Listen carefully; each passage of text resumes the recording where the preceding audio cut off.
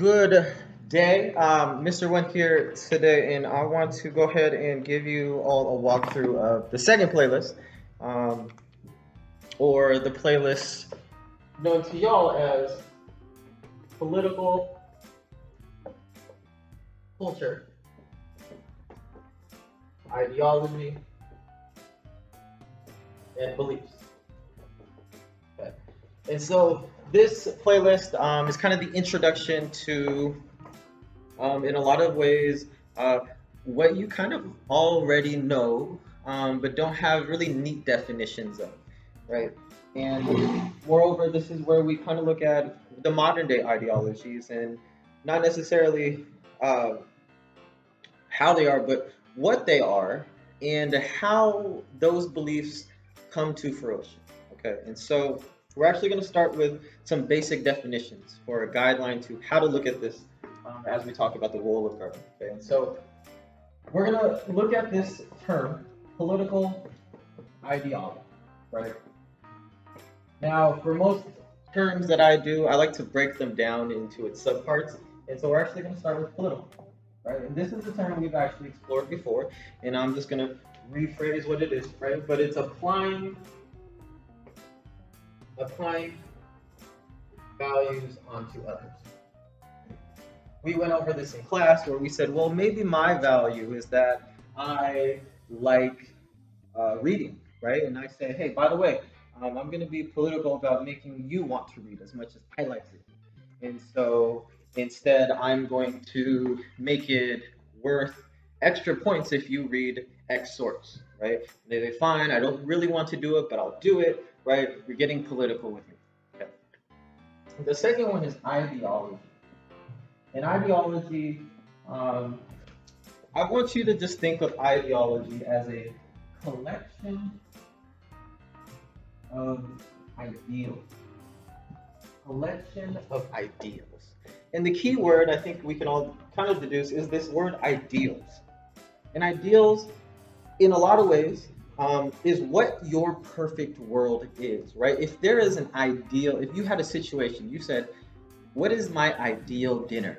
And some of y'all might say, well, steak, potatoes, right? And somebody else might say, my ideal dinner may be rice and chicken, right? But the point of ideals is that we all have different ideals, and some of us have similar collection of ideals, right? Moreover, right, these ideals don't just surface from nowhere. They are molded by your experience when you're younger. And when we look at political socialization, we'll actually jump into that idea a little bit further down the line. But when we put these together, I want you, for the sake of understanding, think of it as, well, this is what the world ought to be like. Okay? That my political ideology, right, tells me what the world ought to be like. Okay? Your ideology tells you, well, I think this should happen. This ought to happen. You may not think this should happen, but based on my experiences, right, this is how the world ought to be. Right?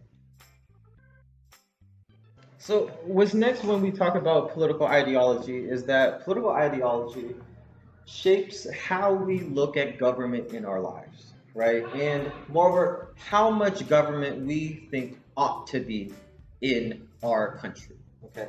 And so we're going to look at a one-dimensional model.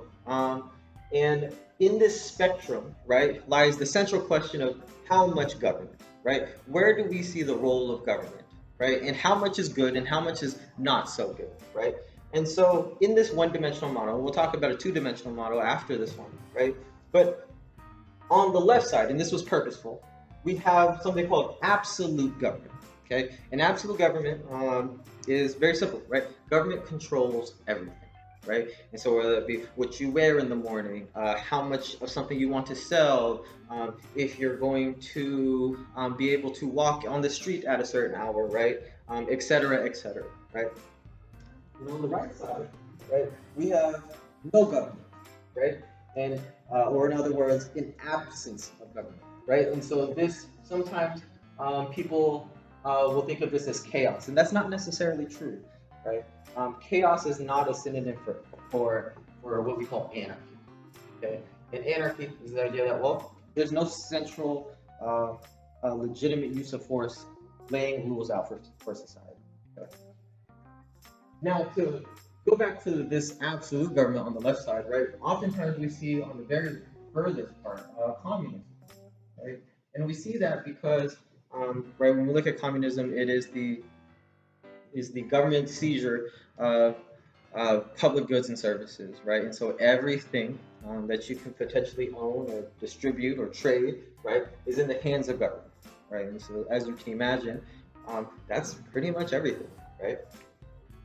Now, where we lie in the American system is this will either serve as a surprise to you or not a surprise at all, right? And here, right, between these two extremes is the middle. Now, Americans often think to themselves that we are so different from each other, right? Now, actually, and maybe barring maybe some recent political events, but modern day political parties usually end up around the middle, just a little bit further this way and a little bit further the other way, right? And so on this side is what we call modern day conservatives, okay? And in other words, if you look at this spectrum, on the whole, folks with this political ideology say, well, I don't think we need government that much in our lives, right? Maybe we need some. We're not all the way over here, right? But for the most part, right, they should get out of the loop. Okay. Some of you might think of these as modern day Republicans. Okay. Issues like taxes, issues like business regulations, issues like environmental stuff, right? Let government get out the way. Okay. Now on the left side of this, right, we tend or we lean towards a little bit more government things. And so you may think of these as modern day liberals. Okay. And what I want to emphasize is the big L right here. Now that distinction, not worth mentioning in this video, but worth a discussion later, right? And you can also think of this in the political party sense as the Democrats. Okay. Now, the name of the party, we'll talk about parties later, doesn't mean much. Okay, this could be called the table party, but what's important to know is that it aligns to this ideology. But that's another discussion. Okay, but on the whole, right, you can think of it as I trust government to be part of more of our lives here.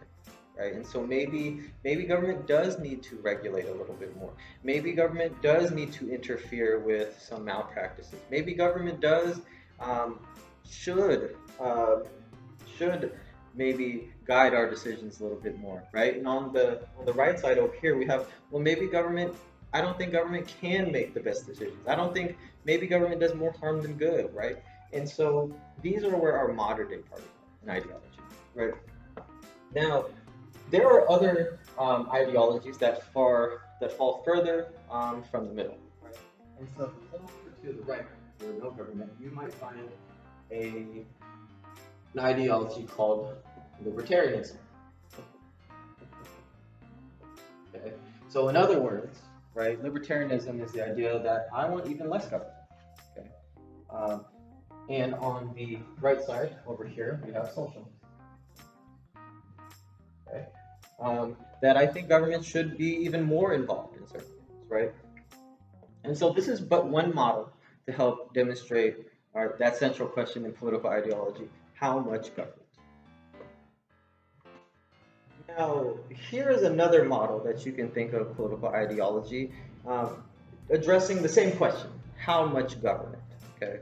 Um, Now, in this two-dimensional model, we consider two factors, and these two factors are on different axes, okay? And so on the x-axis, right here, this horizontal one, and I put a little key up here just in case you want to reference it, right? But we're going to look at social issues, right? And so maybe that ranges from things from medical marijuana, right? Maybe that ranges things like same-sex marriage, right? Abortion, et cetera, right?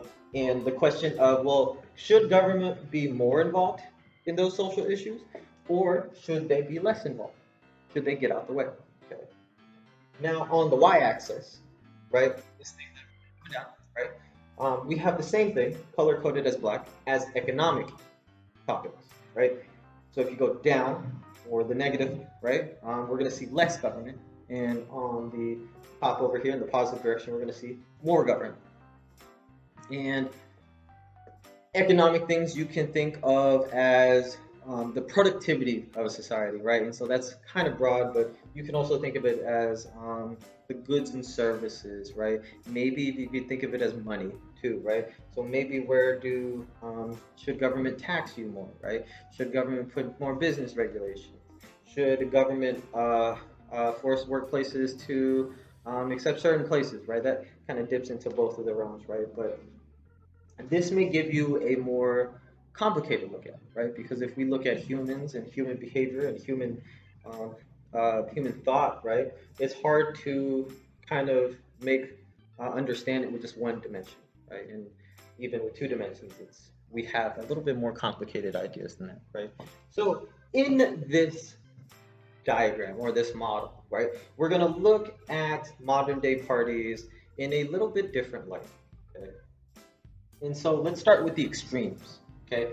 Where we have less social, less government and social things, and less government and economic things, right? At the very extreme over here, this is where we're going to have anarchy, right? Now, before we just saw that as less government.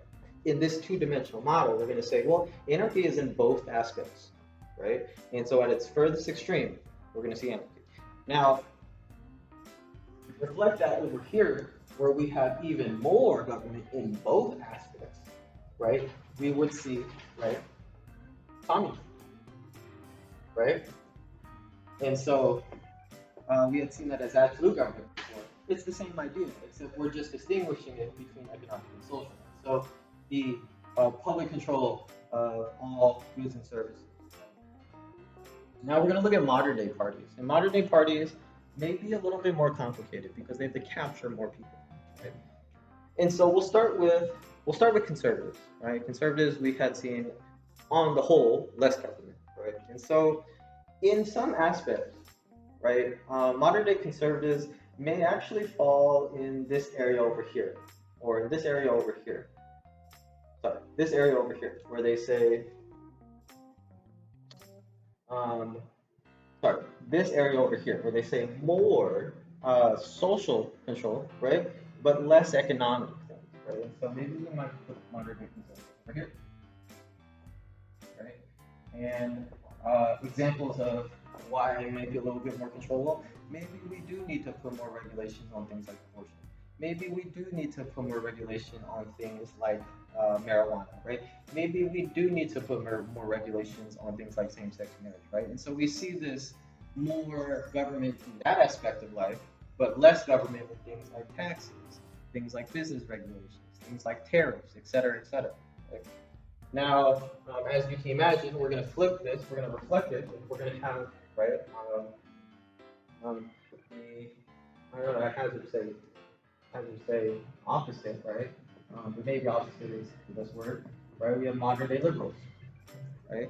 In which we want less government and social things, right? And so if you want to get married, or if you want to get an abortion, or if you want marijuana legal in your states, well, let them do it then. Okay, get out the way. Okay, but maybe an economic policy, right? Maybe we should tax the rich a little bit more. Maybe we should put more regulations on businesses, right? Maybe we should put more tariffs on or whatnot, right? And so same idea of how much government, but different dissemination of ideas here because we're looking at two different factors. Okay. Now the flip flop of the more extreme versions of ideologies, right, is over here less in social and in economic. You might actually find libertarians. And libertarians are those folks that want less government in most things, right? And so a libertarian might say, well, actually, I want less taxes, less regulations and whatnot, but I also want less government in private social matters, right? And so you might find them over here, right? Conversely, right, you might have socialists a little bit over here, right? Now, some people can make the argument that it's just over here a little bit more, right? Either way, right? The idea over here, placed over here, is that well, maybe they want a little bit more government in social things, right? So maybe if you are religious and you don't accept um, same-sex marriage or abortions or whatnot, well, you're going to accept it, okay? Um, right? And for economic stuff over here, well, there is maybe this too wide of a wealth distribution. So we're going to get our hands in there a little bit more, right? But in this diagram, we see a little bit more of a complex view, right? And there are different tests on the internet, or even you can just look at here on this model here and say, well, where do I fall, right? You don't have to. I think one of the main points I want to point out here is that most people, individuals, right, like you, don't fit neatly into certain boxes. Some of you do, some of you don't, right? But oftentimes we think of ideologies as, well, because of this, you are X, Y, Z. And that simply just isn't true all the time, right? An individual can be a little bit over here, right? Maybe individuals are actually over here a little bit more, right? But it's up to you to decide, right? How much government do you want in your life? So we just went over political ideology and answering the central question of how much government, right? But what you need to know about how much government is that they touch different aspects of modern day society. And moreover, I guess relevant to your content assessment is they ask you specifics, right? What would X ideology might view certain views on certain topics, right? And so we're actually going to go through some of them that will be asked on your content assessment, and some of them that will give you a broader idea of the ideology. Okay. So we're actually going to start with taxes, and taxes is one of the, I think, more traditional things we think about, right? I think everybody has an opinion on taxes, and moreover, liberals and conservatives both have really strong opinion on taxes, right? And so, the first one, taxes, right? And I denoted each ideology with this first letter. And so I said L for liberal and T for conservative, right? And so when we look at maybe a typical or a traditional liberal might look on taxes, right? Is right? We may generally say that they want more taxes on rich, right? I think that's something we've all heard before, right? And so it's the idea that government should not tax folks making less than X amount of money, and tax more on folks making more than X amount of money, right? Now, for a modern day conservative, we would say, um, right, probably less taxes. And notice that I didn't say on rich or anything, but just less taxes in general, right? It harkens back to the idea of just less government. Um, great, right? Now we're going to look at regulations, and I made this purposely broad. But when we look at regulations, we talked about this briefly. Think of this as rules, right? Rules of how you do things. And so whether it's a rule in your business, you say a regulation could be you must provide health insurance, right? A rule for how you open up an organization, right? You must uh, hire 7 people and all provide X amount of money, right? Et cetera, right? And so when we look at modern day liberals, on generally speaking, right, is we want more regulations, right? Government should maybe guide some of it because maybe we don't trust that organization or corporation or group to maybe make the best decisions, right? Now, a conservative may say, well, if they want to open it, they're going to open it, right? And simply less regulation, right? So if you want to pay $4 an hour, right, then you could do it, right? You'll just have to find somebody that says yes. Okay. Now we're gonna jump into military. In military, you might intuitively think one thing, and this is where it gets kind of tricky, right? A modern day liberal would actually, right, want less spending on military.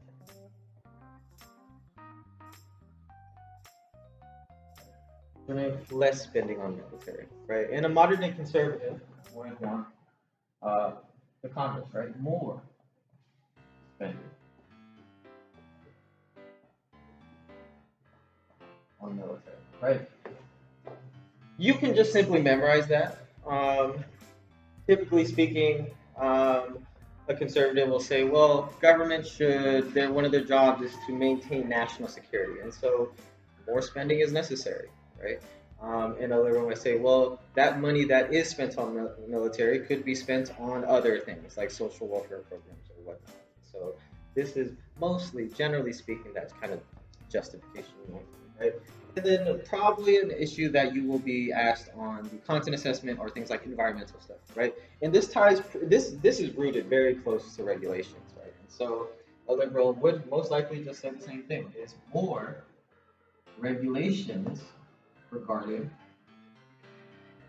pollution, right? Now I say pollution, right, with an asterisk, right? When I say pollution, just things pertaining to either hurting or helping or hurting the environment, right? And so maybe it's not necessarily pollution, maybe it's logging, right? Maybe it's fishing, right, et cetera, et cetera. And a conservative will say less regulations, right? I'll just say less regulations as a whole. Say, hey, we'll do this, but I actually think it does more harm than good. I think people will just figure it out themselves, and government getting in the way doesn't need to actually happen. Um, and so on the whole, you can throw other topics in there too, like guns, right? Liberal conservative, right? And you would say, right, more regulation, right? And you would say less regulation, right? More rules or less rules, right? And so with that general kind of idea of the role of government, you can predict a lot of of categorical ideologies. The last part of this content assessment and the last part of this video is going to talk about political socialization, right? And socialization is actually kind of a scary word if you really think about it, right? But we talked about what political ideology is, and then we talked about, well, how does that political ideology affect what you think the role of government should be? And the last question we're going to revisit is, well, how do you get those views?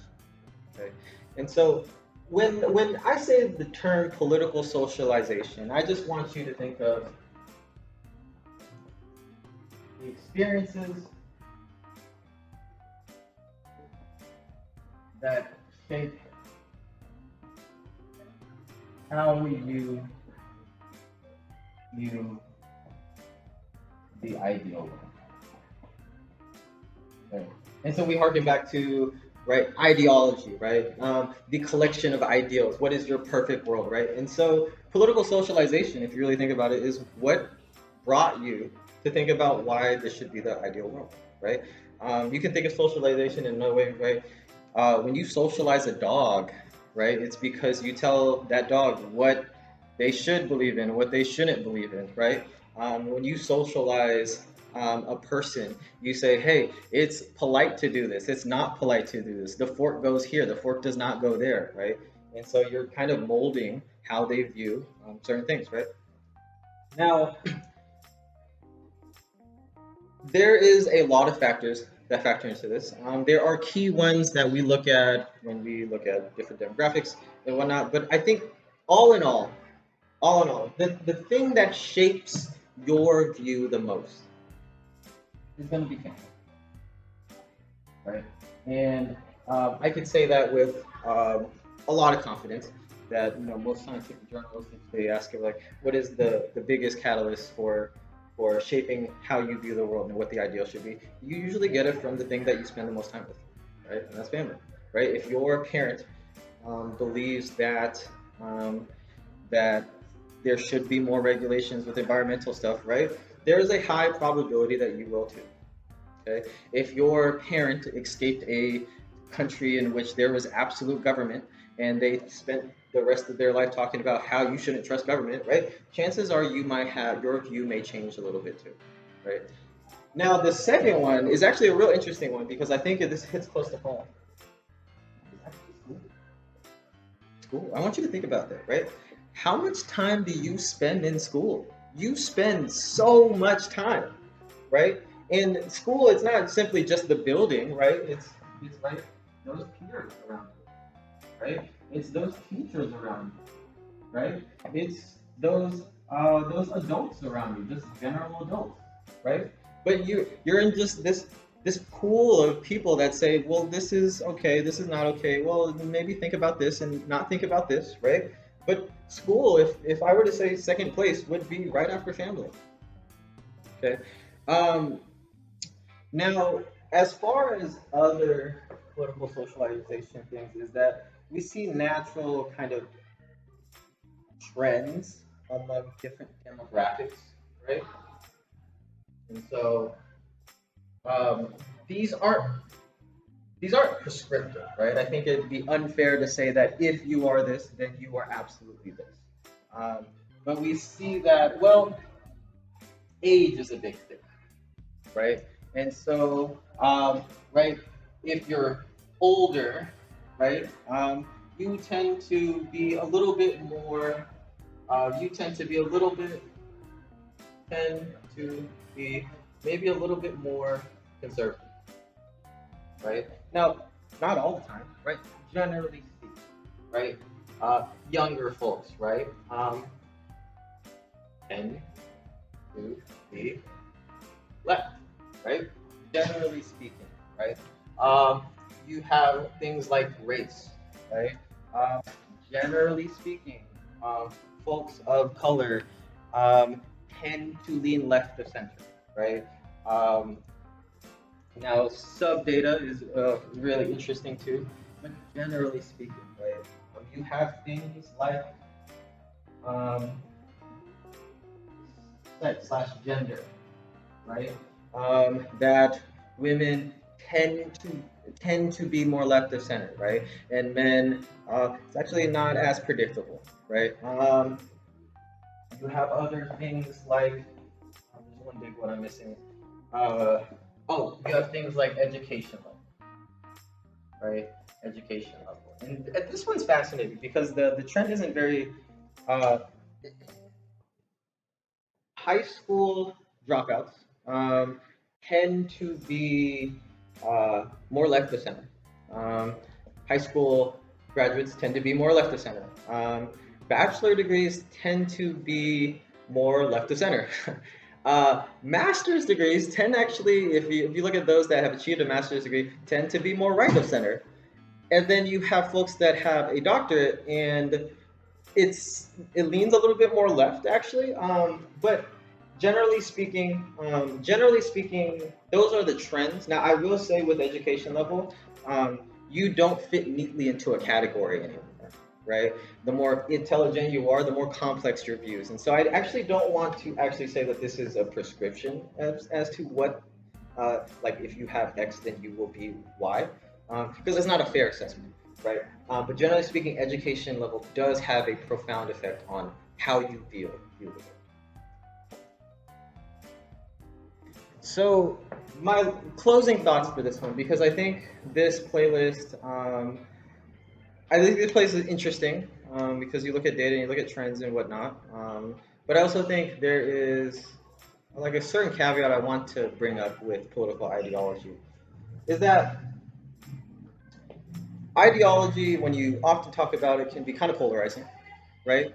And when we look at modern day politics and parties, we often kind of oversimplify things, right? We almost look at it as an equation, right? We say if X, then you're Y, right? And that just simply isn't necessarily true, right? We're making a lot of assumptions. What about A? What about B, right? Um, right? And what I want to say is that while ideologies are neat categories that you can generally make some predictions, most people, and I truly believe this, that most people have more complicated views, right? That just because they believe one thing does not necessarily they mean they believe X, Y, and Z, right? And especially when we look at people that are different than each other, right? That when you really stop and think about it, and you ask them piecemeal by piecemeal what views they have on certain issues, you might be actually surprised. Okay? And so my closing thoughts for ideology is that we're complex, and you're complex. When you think of views, and I think even after we talk about subjects in class, right? There you get to introduce yourself to there's more to this, in that we all have room to learn how other people view, because we all have a reason, and we all have those reasons because of where we came from, and it's not fair to just judge them because of their ideology.